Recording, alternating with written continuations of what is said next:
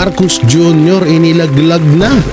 Nako, dating malapit na tao kay Pangulong Marcos Jr. ay kumanta na. Nako po, ano kaya na naman to? Oo, na hindi daw si Marcos Jr. ang nagplano ng pag-aresto kay Pangulong Duterte at pagdala sa Netherlands. Nako po, eto na nga, nagkakabistuhan na tayo dito. Sino kaya? Ang lamig ng aircon ko. Sino kaya tong hinayupak na ito? At ano kaya? Sino kaya ang talaga may digay pa? Sino kaya talaga ang nagplano sa pagdakip kay Pangulong Duterte? At eto nga daw ay isa sa mga malapit na kaibigan or kamag-anak ni Marcos Jr. na kumanta na. Nagkakaturuan na naman Ano to? Nagkakaturuan na dito? Mukhang kakaiba na ito Oo, sabi nung isa, hindi naman daw siya, pero sabi nung isa, gano'n. Alam mo, nagiging malabo na, malabo na ho ang nangyayari. Oo, kesyo hindi daw si Marcos, kesyo may iba daw nagplano. Sino ba tong nagplano na to? Mahirap ito Ito ay kung totoo man na iba talaga ang nagplano, so ibig sabihin kinokontrol si Marcos Jr. Mahirap po ito kapag kontrolado ng ibang tao ang presidente. Medyo kabahan ho tayo dito, medyo nanganganib ang Pilipinas. Paano na lang kung halimbawa sabihin ng taong to na ipaubaya mo na ang Pilipinas sa mga Amerikano, okay na yan, pabayaan mo na. Baktay tayo dito. Oo, at eto nga yung video na yun, huwag na natin patagalin, no? Ayan na, pasok, Atty. Sal. Alam niya, may lumapit sa akin. Ayan na. Isang malapit na kaibigan ng Presidente Marcos Jr. Oh. Ang sabi ko sa kanya, alam ba ni Bongit yung ginagawa niya? Alam niyo ba na nanganganib ang panguluhan niya dahil sa maling mga galaw niya? Sinusunod niya ang payo ng kanyang mga abogadong mali. Siya ang nalalaglag. Alam po niyo, sabi sa akin ng malapit niyang kaibigan, siyempre hindi ko na sasabihin kung sino. Maniniwala ka ba, Sal, na hindi siya nagplano niyan? Iba. Alam ko na kung sino iba. Kaya kung totoo yan, sabihin mo sa kanya, yung posisyon niya tama, walang jurisdiction. Kaya hindi siya magkakamali kung kukunin niya uli. O gaya ng ginawa ng Italian government, kukunin niya si Digong, ibabalik niya sa Pilipinas. Sapagkat mulat sa pool naman ang sinasabi niya, walang jurisdiction. Ang nagkamali lang yung mga bata niya. Ayan, yung si Torres, si Marbil, yung DILG, yung SOJ, puro mali. Pero, yung presidente, tama, walang jurisdiction. Magkamali lang. Naku, kung ganyan, no, mahirap talaga to. Ay, ba't may palakpak? No, mahirap to kasi isipin nyo maigi, Parang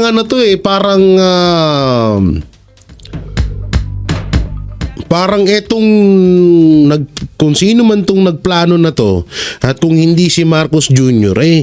Naku po, alam naman ho natin kapag sa oras na siningil na ng hustisya or katotohanan etong ginawa nila kay Pangulong Duterte, ang maaapektuhan ho dito ng husto at maaaring ma-impeach at makulong panghabang buhay, walang iba kundi si Marcos Jr.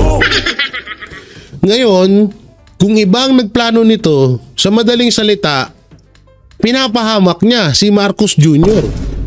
So ibig sabihin parang inilalaglag siya or tinatawag na parang ay sige, gawin natin to. Hindi naman tayo yung mananagot nito, si Marcos naman. Mahirap po ito. Naku po, nakakatakot to Sino kaya? Letter A, Torre. Letter B, Liza Araneta Marcos. Ay, ba't Liza? Letter C, Romualdez, or letter D, NPA? Mamili na kayo. Kasi isipin niya, hindi niya ba naisip na maaaring mapahamak si Marcos Jr. pag ginawa niya to kung sino man yung nagplano na yan? Kung sino man yung mukhang dito papasok yung panaginip ko. Yung panaginip ko kamakailan lang na pagkatapos nilang durugin or pagkatapos nilang hindi pala durugin, pagkatapos nilang trabahuin ang mga Duterte ay isusunod nila si Marcos Jr. para yung isang tao na yun, siya yung maghari at maging pangulo ng bansang Pilipinas. Para maging panghabang buhay din siya, maging ang kanyang pangarap kasi ay Prime Minister. Prime Minister. So madali niya nang magagawa yun o sa oras na pati itong si Marcos ay mawala sa kanyang landas. Naku po, kabahan ka rito, Pangulong Bongbong Marcos. Oo, pinapahamak ka ng mga yan. Kasi ito, isipin nyo, lahat ng nangyayari ho dito, walang iba na mapuputukan nito ay kundi ang presidente. So, yung pagdala dyan kay Pangulong Duterte sa Netherlands, yung pagdala ho dyan at isa pong malaking krimen ho yan dahil wala na pong jurisdiction dito ang ICC sa Pilipinas. At isa pong malaking pagkakamaling gawain, talagang maituturing mo na pinaka worst criminal ever sa Pilipinas itong pagbigay mo ng isang kababayan mo sa mga dayuhan. Naku po, nakakatakot to. Ito, sino kaya to? Patupad kaya sabi ko, aminin niya na mali yung mga bata niya at kunin niya ulit, dali niya rito. Maniwala kayo, matitigil yung pagpuprotesta ng Pwede taong yun. bayan. Kasi kako, pag hindi niya ginawa yan, talagang mapanganib. Alam niyo, sabi ko, nakalimutan niya rin ba nangyari sa kanyang ama? Nakalimutan niya rin ba nangyari kay Erap Estrada? Mahuhulit na naman yan. Ayaw natin yan. Sabihin mo sa kanya, ayaw ng grupo ng Duterte yan. Sapagkat pag ginawa yan, balik na naman tayo, bagsak na naman ang ekonomiya natin. Eto, nalugmok na nga, lulugmokin na naman. Sabi niya, gusto ko sana i-reconcile yung dalawa. Gawin mo. Gawin mo i-reconcile. At ako naman dito sa... Alam nyo, dito ko napagtatanto yung kwento. Kasi may isa kasi akong kaibigan na kwento na nakaharap nila noon si Pangulong Marcos. Kasi ako, naniniwala ko na lahat ng nangyayari to ay pasimuno nito ay si Pangulong Marcos Jr. Pero may sinabi sa akin yung kaibigan ko na yun na hindi.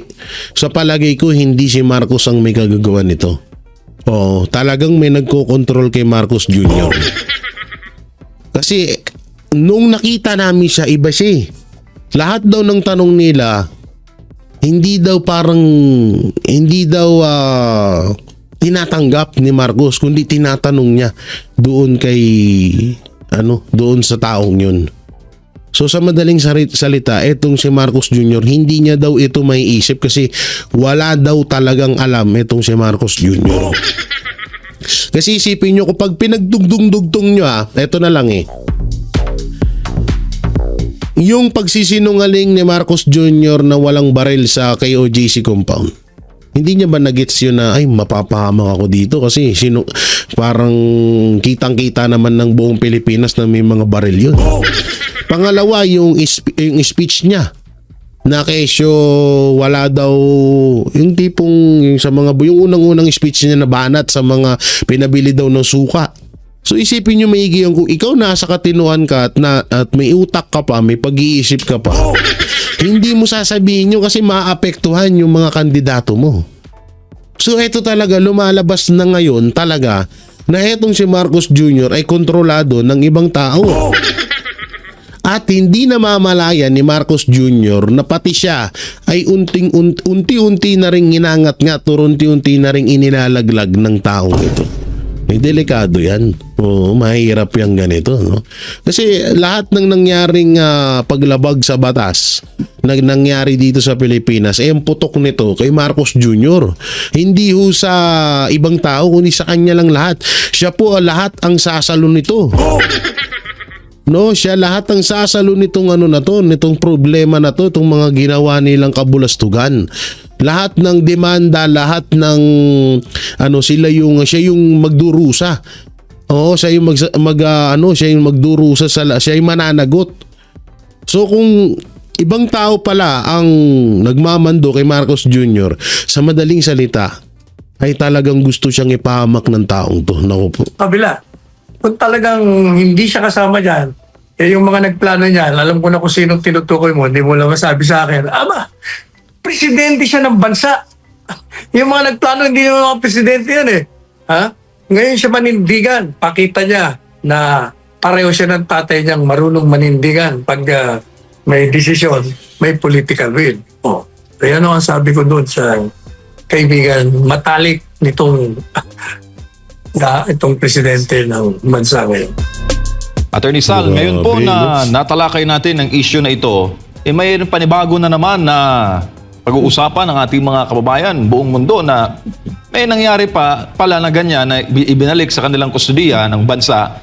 Tapos nangyari, recently lang, Attorney Sal, 25 February. Bago lang, ngayong taon lang. Alin niya, baka yan yung sinasabi ko rin na convict.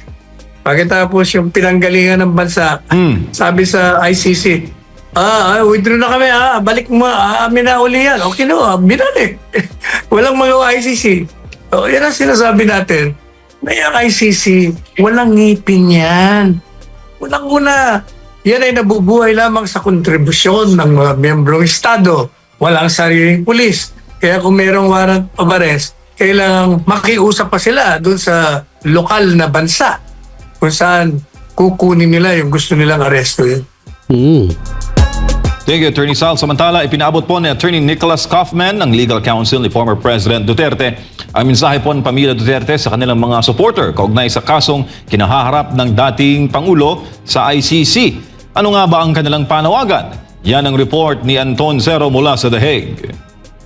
Hiniling ng pamilya Duterte sa mga taga-suporta nila na dapat igalang ang proseso ng korte at walang sinuman ang dapat na makialam sa desisyon ng International Criminal Court kaugnay sa kasong kinakaharap ni dating Pangulo Rodrigo Duterte. Lubos ang pasasalamat ng dating Pangulo sa patuloy na suporta ng mga Pilipino mula sa iba't ibang bahagi ng bansa at mundo. Ayon sa kanyang legal counsel na si Atty. Nicholas Kaufman, hindi ito lingid sa kaalaman ng pamilya Duterte. Gayunpaman, may mahalaga silang hiling sa publiko, isang panawagan para sa respeto sa legal na proseso. And the family want me to convey a message that the judicial process must be respected. There must be absolutely no interference with the independence of the court, with the judges, and for all the parties. Binigyan din ni Kaufman na sensitibo ang bawat kasong dinidinig sa ICC. Maraming panig ang sangkot sa proseso, kabilang ang prosekusyon, depensa at pati na rin ang mga biktima. Every case at the International Criminal Court is always a highly charged case from a political point of view. There are participants in that process. There's the prosecution, there's the defense, and also there are the victims. The victims' counsels will make their submissions in court.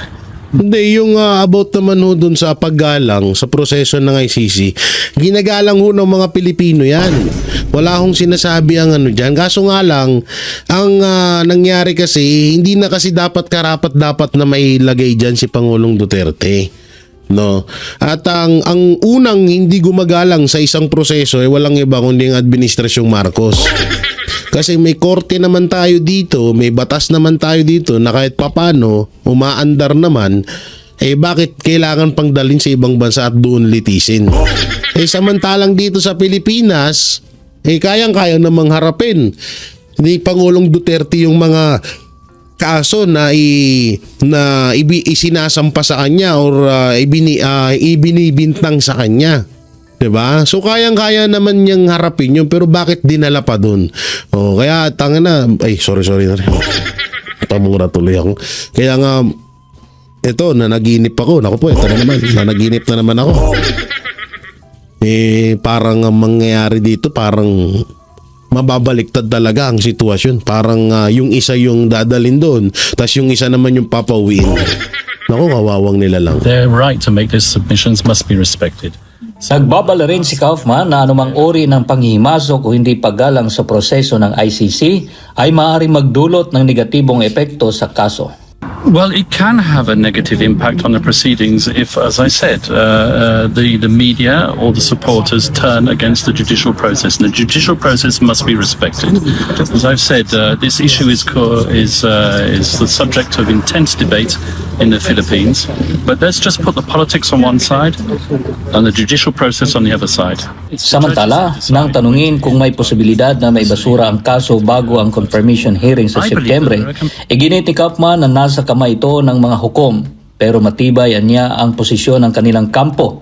Kulang sa jurisdiksyon ng ICC para litisin ang kaso, lalo tumatras na ang Pilipinas sa Rome Statute. It's the judges who decide when to hear that argument. Obviously, I would like it to be heard first of all. I believe that there are compelling arguments and I will seek to persuade the judges, but the people who decide at the end of the day are the judges themselves. It's not my job to presume anything here. I believe that there is a strong argument for the lack of ability to exercise jurisdiction given the Philippines' withdrawal from the Rome Statute. I hope that the judges will accept my submissions. Bukod dito, Baka nga malamang sa malamang pag naurat na tong ICC. Baka sila na mismo magsabi na ibalik nyo na nga doon si Duterte. Ibalik nyo na nga to doon sa Pilipinas. Kami na mo problema dyan. Imbis na marami pa kaming asikasuhin. Ang sarap-sarap ng buhay namin dito. Diba? Tapos alam naman natin na medyo may kaso din. Etong mga Marcos sa ibang bansa, baka mamaya pag yun ang gumana, naku po, kawawa. pinag-aaralan na rin ng kampo ni Duterte ang posibilidad ng pansamantalang paglaya ng dating Pangulo habang nililitis ang kaso. Once again, interim release is a complex process. We're considering it and we'll file it at the appropriate time. Tungkol naman kay ICC Prosecutor Attorney Karim Khan, inamin ni Kaufman na matagal na niyang kilala ito. I've never worked with Karim Khan on a case together. I know Karim Khan for many years. He has a similar background to the background that I have.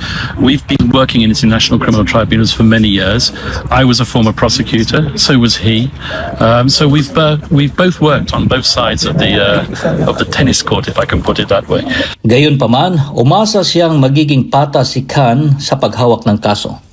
I respect him. I hope that he will be fair. I have no reason to doubt that he will be extremely fair in this process. And as I said, I look forward to working opposite him in the courtroom. Sa huli, tiniyak ni Kaufman na nasa maayos na kalagayan si dating Pangulong Duterte sa ICC Ang liit Detention lang pala Center. niya, no? Mula dito sa The Hague, Netherlands, Ang liit lang pala nitong nung kulungan ito na si Anton Cero, ang inyong Global Citizen Correspondent, SMNI News. Attorney Sal, ano pong masasabi nyo sa mga argumento ng abogado ng dating Pasok ka, Pangulo? Attorney Sal. Yung kusin. Pasukan mo. Wala akong marinig, Jay. Patay, walang marinig. coming from your end. Nako po. Sige, Attorney Sal, ano muna tayo? Ayusin muna natin yung technical glitch. At habang inaayos yan, meron muna tayong respeto para sa dating Philippines. Duterte ay narito sa Pinoy na suporta sa kabila ng kanyang pagka-retain sa ICC sa The Hague, Netherlands. Uy, may sounds. Bakit ganun? Dito tayo. Oh, alam nyo, etong tawag dito, etong balitang ito, mabalik ko tayo doon sa kasi nga ito nangyari diyan. May mga nagsabi din kasi na parang binibigyan nila ng advice etong si Marcos Jr. na sige, dalhin mo yan doon sa ibang bansa. Oo, pumayag ka. Oo, at hindi naman na yan makakalabas doon. Yun yung sinasabi nung mga sulsulerong bubuyog, mga ulikba doon kay Marcos Jr. Kaso nga lang, hindi, yun nga, sinasabi nga, kagaya nung sinabi ni Pangulong Duterte na weak leader nga tong si Marcos, kaya parang napapaniwala agad siya.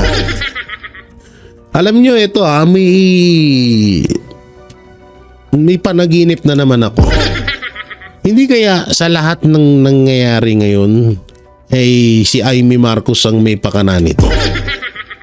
Kunwari, nag-aaway-away sila. Kunwari, hindi siya. Alam mo yun, kasi kadalasan na yun yung plot twist. Tama ba yung sinabi ko? Sa mga nangyayari. Alam ko, isisipin nyo maigi. Si Jaime Marcos kunwari kakampi pa hanggang ngayon ng mga Duterte. Yan yung kanyang pinapakita. Pangalawa, kunwari magkalaban sila ng kapatid niya. Pangatlo, kunwari magkalaban sila at against din siya kay Romualdez. Hindi kaya talagang, kasi biruin mo kahit presidente ka, ati ako, ati pa rin ako.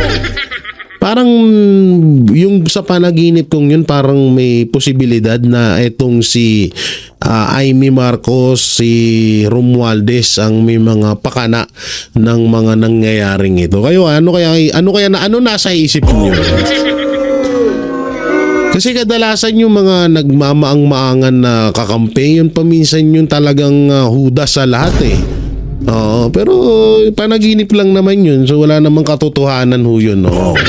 So dito tayo, no, utak ng ilang abogado nakukulayan dahil sa politika. Panorin ho natin to. Para pareho takbo dapat ng utak ng mga abogado kung hindi nakukulayan ng politika ang kanilang opinyon. Ang problema sa mga abogado na iba, pag galit kay Duterte, iba na ang opinyon. Oh, yan ang mahirap eh. Kaya kung matino kang abogado, kung ano lang ang sinasabi ng saligang batas, susundin mo. Tama. Abay, naman. meron ka pong post recently, sir, sa Facebook patungkol sa ulat ng Al Jazeera na Italy releases... Pero hindi kasi halimbawa mga galit na abogado kay Pangulong Duterte. Number one, syempre yung 2 beses na disbar. Etong si Larry Gadon. Di ba? Wala na sa ayos. Oo, pang gano'n na lang yung bitawan, gano'n. So, pangatlo, etong si Claire.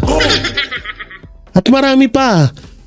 Marami pang mga attorney na talagang, alam mo yun, pinag-aralan nila ng ilang taon yung pagiging attorney nila. Inaral nila yung batas, kung anong tama at maling batas. Kung ano yung tama at kung ano yung mali. Ginulgulan nila ng ilang taon sa pag-aaral yan. Tapos, nung naging attorney ka na at hiningian ka ng opinion mapatungkol sa kasong to, binabali mo. Mas pinapaniwalaan mo yung maling batas kaysa dun sa tamang batas or sa tinatawag na tamang pamamaraan. No? Sa madaling salita, dalawa lang yan. Una-una, may personal na galit talaga kay Pangulong Duterte dahil parang pati siya nasagasaan, ganun.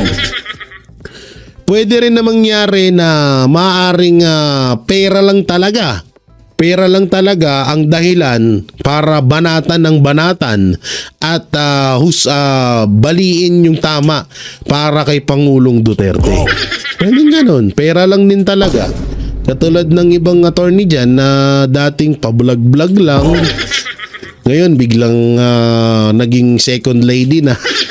Malalanin niya, nawawala pa naman daw si first lady. Sabi nila, o nga pala, ulitin ko. Doon po sa patuloy na nagchat-chat sa akin kung anong balita kay First Lady Lisa Araneta Marcos, kung siya ba ay nakauwi na, kung totoo ba yung issue sa kanya. Uulitin ko lang po yung sinabi ko, ha? Oo, mawalang galang na po sa mga makakarinig nito. Kahit po anong mangyari kay Lisa Araneta Marcos, wala po kaming pakialam doon. Kahit na kung totoo man na nakakulong siya, kung totoo man na nandito na siya sa Pilipinas, kung lahat ng picture edited, wala po kaming pakialam doon.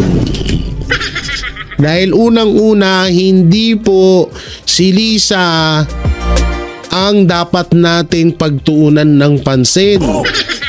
Ang pagtuunan po natin ng pansin ay si Pangulong Duterte na maibalik dito sa Pilipinas. Yun po at makapagbigay po tayo ng tamang impormasyon at balita sa mga kababayan natin dahil alam naman natin na bulag at bingi na ang ibang mainstream media. Kahit po na halimbawa lang mo naman na si Joe Biden ay kabit ni Lisa, wala tayong pakialam doon. Wala tayong pakialam ho doon. Kami po, lalo na ho kaming mga banateros, kahit na ito, masakit man pakinggan pero totoo, kahit po mamatay si Lisa Araneta Marcos sa Amerika, wala po kaming pakialam. Sorry po sa words na yan, pero wala po kaming pakialam. Ang dami po kasi araw-araw po ang mga nagchat-chat sa akin, nagtatanong kung totoo ba to, kung ito. Kaya lagi ko silang binabara na wala po kaming pakialam dyan. Hindi po ayan ang problema ng Pilipinas. At hindi rin po yan ang problema ng Pilipinas ngayon ay kung bakit ibinigay si Pangulong Duterte sa dayuhan. At ang problema ng Pilipinas kung paano maibalik si Pangulong Duterte dito sa bansa natin, yun po ang inaasikaso namin. Wala po kaming pakialam dyan sa taong yan. Kaya sa mga nagchat-chat po ng paulit-ulit to ay parang awan nyo na kung ayaw nyo pong mabara namin kayo or kung ayaw nyo pong mabara ko kayo, tigilan nyo po yung kakatanong nyo sa akin ng ganyan. Wala po kaming panahon dyan. Oo, isang dakilang chismis po yan ha. Parang awan nyo na.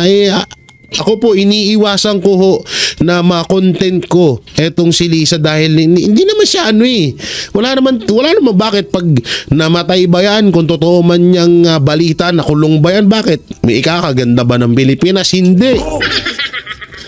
Pero kung maibalik si Pangulong Duterte dito sa Pilipinas, buong Pilipino po magdiriwang dahil sa sobrang saya. Kaya pakiusap po, wag nyo na ho kaming tanongin mapatungkol dyan sa issue ni Lisa Araneta Marcos. Wala po kaming pakialam dyan. Ang pakialam ho namin at ang aming pinaglalaban ay maibalik si Pangulong Duterte dito sa Pilipinas, maipanalo or manalo ang 10 Duterte senatorial candidate. Yun po ang aming pinagtutunan ng pansin at hindi ho yung buwisit na asawa ni Marcos ha. Oo, palakpakan. Para lamang po sa kaalaman nyo. Okay? Okay tayo.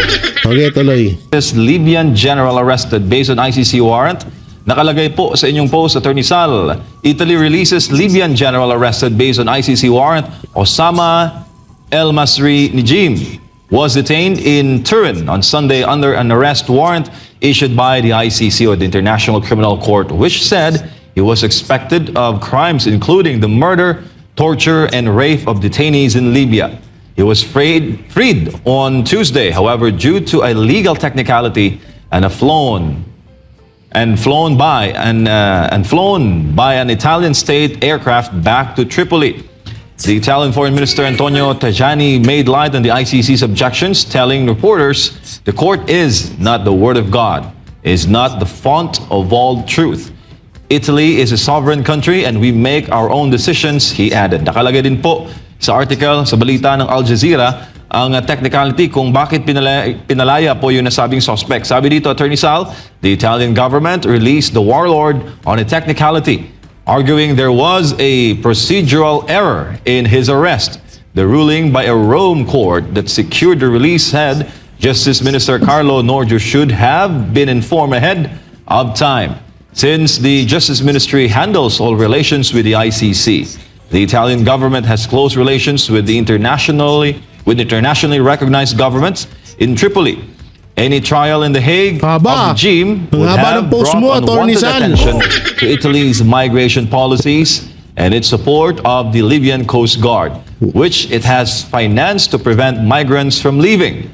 Ang nangyayari po ba ngayon na ating nabasa, Attorney Sal? Nakikita mo ba na may similarities o yun yung kahihinatnan sa kaso ni Tatay Digong sa ICC? Unang-una, ang nag-post yan hindi ako, kundi yung isa sa mga administrator ko, yung aking anak na si Attorney Paulo. At nakita niya nga yan. At maganda ang mga sinasabi sapagkat kalintulad din ang mga sinasabi natin sa ating programa. Yung ginawa kay Pangulong Duterte ay illegal. Doon mo makikita na isang gobyerno kagaya ng Italy validates yung palagi kong sinasabi na hindi totoo na walang magagawa ang gobyerno, na hindi totoo yung mga sinasabi ng mga iba, abogado, na walang jurisdiction ang hukuman. Ang sabi natin, laging may jurisdiction ng hukuman sa gobyerno pag pinaggawa ka ng mga mali at illegal.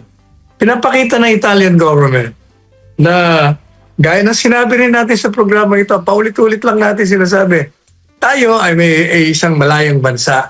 Meron tayong soberentiya at meron tayong malusog na sistema legal.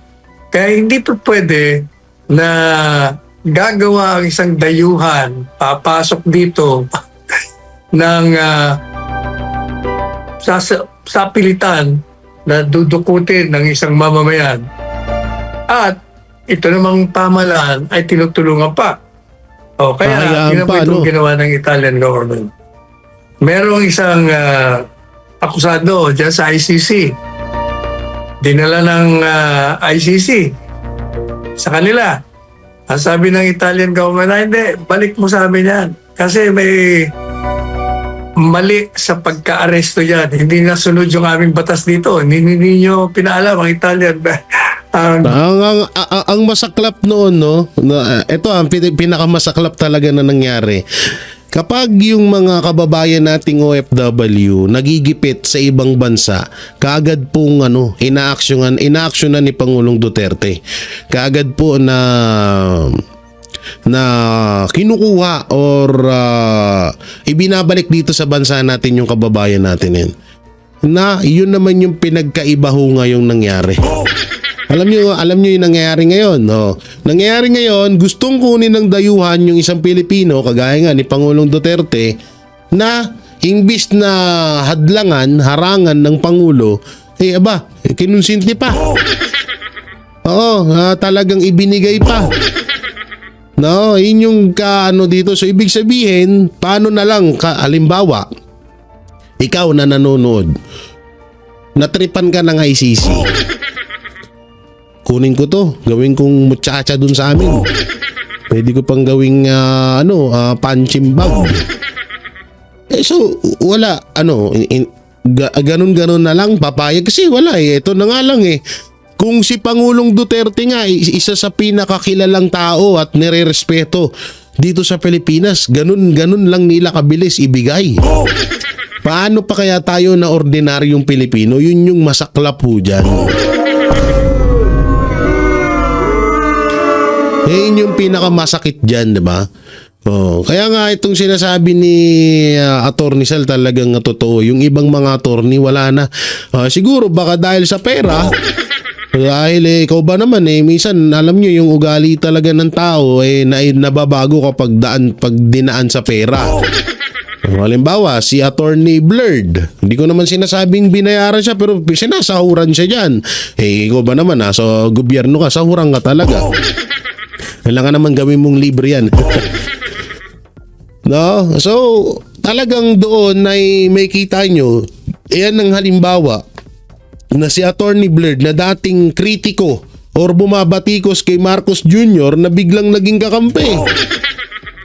So, bakit? Paano nangyari yun? Hindi ko alam. No? Depende na lang kung pinaamoy siya ng gayuma para sa politika, kaya siya naging ganyan ngayon. Kasi kung matatanda natin, isa rin sa mga kritiko yan, isa rin sa mga nambabatikos sa Administrasyong Marcos. Pero tignan nyo ngayon, todo dipinsa ang puting ina. Diba? Kaya nga tinawag siya na second lady. Kung may first lady, siya ang second lady. Kasi kung ipagtanggol niya, parang juwa niya na. Parang, alam mo yun, parang asawa ko yan kahit anong mangyari. Asawa ko pa rin yan. Balik na rin nyo man ang mundo, mali niya man o hindi, asawa ko pa rin yan. So ganun ang nangyayari ngayon. Yung ibang mga attorney dyan, katulad lang si Gadon, respect na natin kasi ikaw ba naman, first time in history of the world na mayroong attorney na na-disbar ng 2 beses. So yun, tanggap na natin, accept na natin na tanga-tanga siya. Na talagang bobo yun. So hindi na bago yun sa atin. No? Pero yung ibang mga attorney na nagsasalita na kesyo tama yung ginawa ni Marcos, kesyo tama yung ginawa ng ICC, kesyo tama yung ginawa ng Administrasyong Marcos, isang malaking katarantaduhan po yan. Okay, balik tayo kay Attorney Sal. Government o presidente. Kaya ang ginawa ko nila, Pumunta sila sa Hague. Kinuha nila uli. Walang magawa ang ICC. Talagang walang magagawa ICC. Kaya kabulastugan yung sinasabing walang magagawa ang gobyerno. Malaya ka. Malakas ka. Isa kang may sariling soberentiya. Kaya hindi po pwedeng walang magagawa. Kung gusto, kayang gawin. Kaya maganda ko yung ibinigay na halimbawa. Ibig sabihin, ano sabi ng Italian government? Hindi Diyos yung ICC. Kami may sarili kaming kalayaan, may sarili kaming sovereignty. Kaya kailangan ibalik o binalik. Kinuha. Aeroplano nila, kinuha sa walang nagawa ang ICC. O, hindi po ba?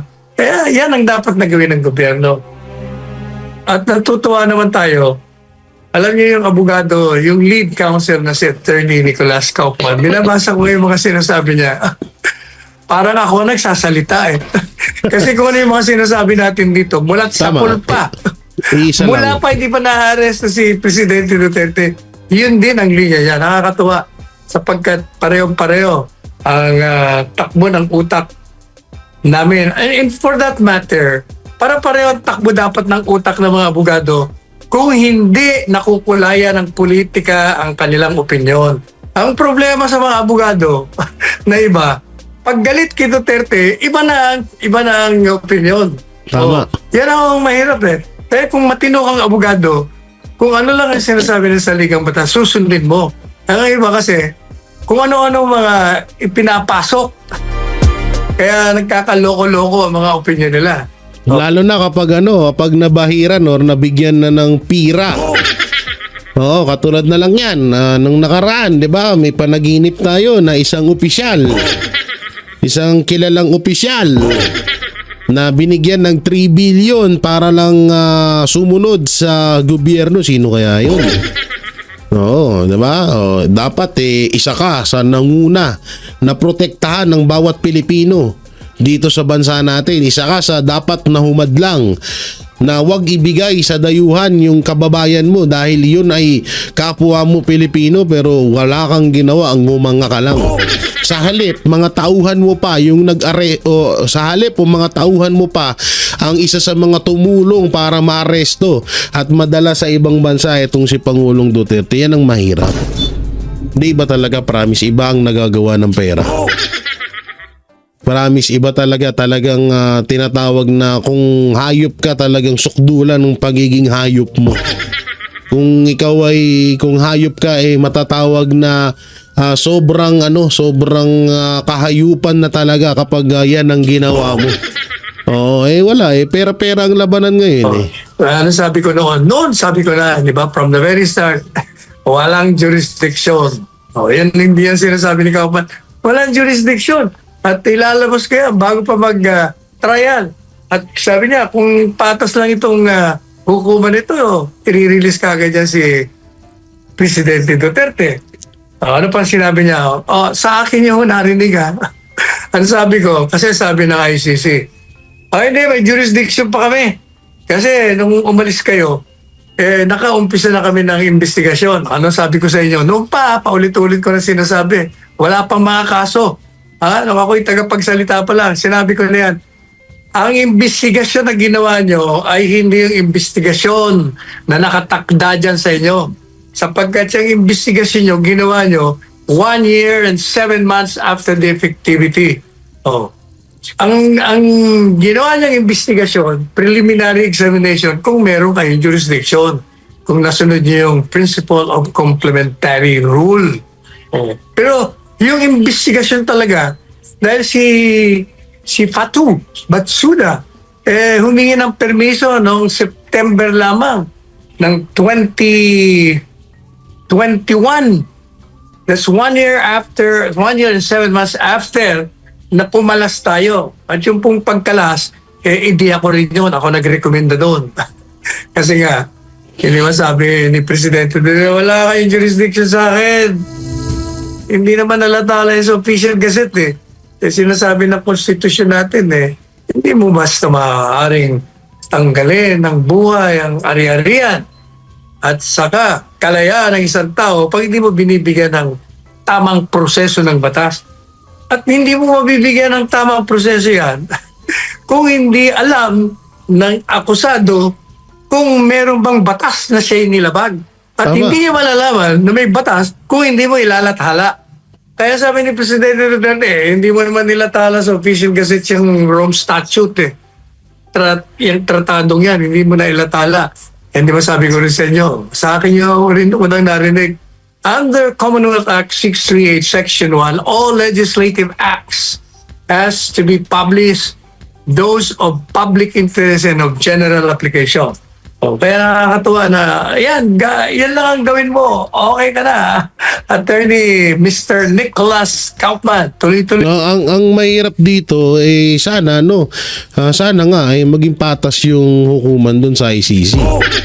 Kasi kung iisipin din ng ICC, wait lang. Dapat ang proseso kasi daling nyo sa korte nyo, doon nyo litisin. Pag hindi kinaya ng korte nyo, bigay nyo sa amin. Ngayon, may ano pa doon, may dalawa pang, marami pang option doon. Maaaring hindi ibigay, hindi papayag ang administrasyon kasi parang hindi mo nirespeto ang batas ng bansa mo mismo. Ikaw mismo ang parang kinahiyaan mo yung sarili mo. So yung ginawa ni Marcos Jr. kay Pangulong Duterte, ang lumalabas doon is parang kinakahiya ni Marcos Jr. ang batas ng Pilipinas. Yan ang totoo. Yan ang yan ang isa sa mga katotohanan. Kaya tayo, naku po na mahirap na talaga. Kaya yung tignan nyo kawawa, ang pinakaisa sa mga kawawa dito at maaaring pwedeng matulad sa ginawa kay Pangulong Duterte, yung mga kababayan nating hero, OFW hero abroad. Alam niyo kung bakit? Kasi isipin nyo maigi, paano na lang na sa Amerika may naging krimen na itong isang OFW tangkang saktan, tangkang gahasain na tapos nag-self-defense or napatay niya or anong nagawa niya doon sa kanyang amo na dayuhan. Ang masama ho nito, baka biglang sabihin nung tiga-ibang bansa na ibigay mo sa amin yung kababayan mo. Ang masaklap po nito, hayaan na lang ho ng gobyerno yan. Kung nung panahon ni Pangulong Duterte, lahat ho ng mga OFW na nasasangkot ng isa ng kaso doon sa ibang bansa ay kinukuha, pilit at ginagawan talaga ng aksyon ni Pangulong Duterte para maibalik sa Pilipinas. Sa panahon ho ngayon, yung administrasyon ay binibigay niya yung mga Pilipino sa ibang bansa. At yun nga, kawawa nga dyan yung mga kababayan nating hero abroad OFW na sana wag naman, ako po, nakakawa naman. Sana kahit papaano mga OFW, mag-ingat kayo ng gusto dyan dahil kung buti sana kung si Pangulong Duterte pa rin ang presidente, kaso iba na. At iba na din yung daloy ng pag-iisip niya. Kaya medyo kailangan nating doble ingat. Walang magtatanggol talaga sa atin. Naku po. Tatawan-tawanan ka lang pag tinanong ka